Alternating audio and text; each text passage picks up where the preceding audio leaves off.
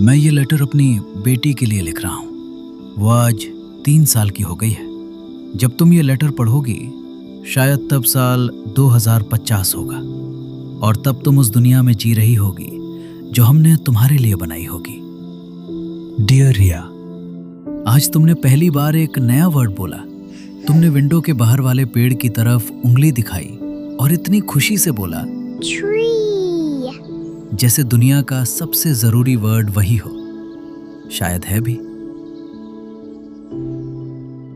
रिया, मैं रोज इस शहर को बदलते देखता हूँ। नई बिल्डिंग्स, नए रोड्स, नए घर, नई दुनिया।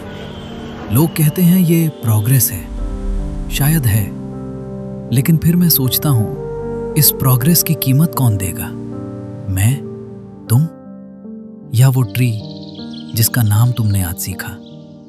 मैं डरता हूँ रिया कि जब तुम बड़ी होगी तो शायद तुम्हारे पास घर होगा पर हवा कम होगी, बिल्डिंग्स होंगी पर छाया कम होगी, रास्ते होंगे पर जमीन कम होगी। मैं डरता हूं कि कहीं एक दिन तुम अपनी बेटी को ट्री का मतलब सिर्फ फोटो में ना समझा रही हो। फिर एक दिन मैंने कुछ अलग देखा। लोग यहां भी कंस्ट्रक्शन कर रहे थे पर कुछ बिगड़ नहीं रहा था। बिल्डिंग खड़ी हो रही थी पर आसपास की जगह वैसे ही थी। ट्रीज वही थे, हवा वही थी, जमीन अभी भी जमीन ही थी। मैं सच कहूं, मुझे पता नहीं था कि ऐसी भी बुनियाद तरक्की की हो सकती है। अच्छा हुआ मैं गलत था।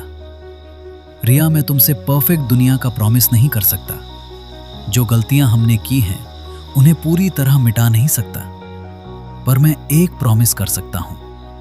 मैं सिर्फ आज के लिए नहीं सोचूंगा। हाँ रिया, ट्री जो हम आज बनाते हैं कल कोई उसमें जीता है। इसलिए हमें सिर्फ बिल्डिंग्स नहीं, बेहतर भविष्य बनाना है।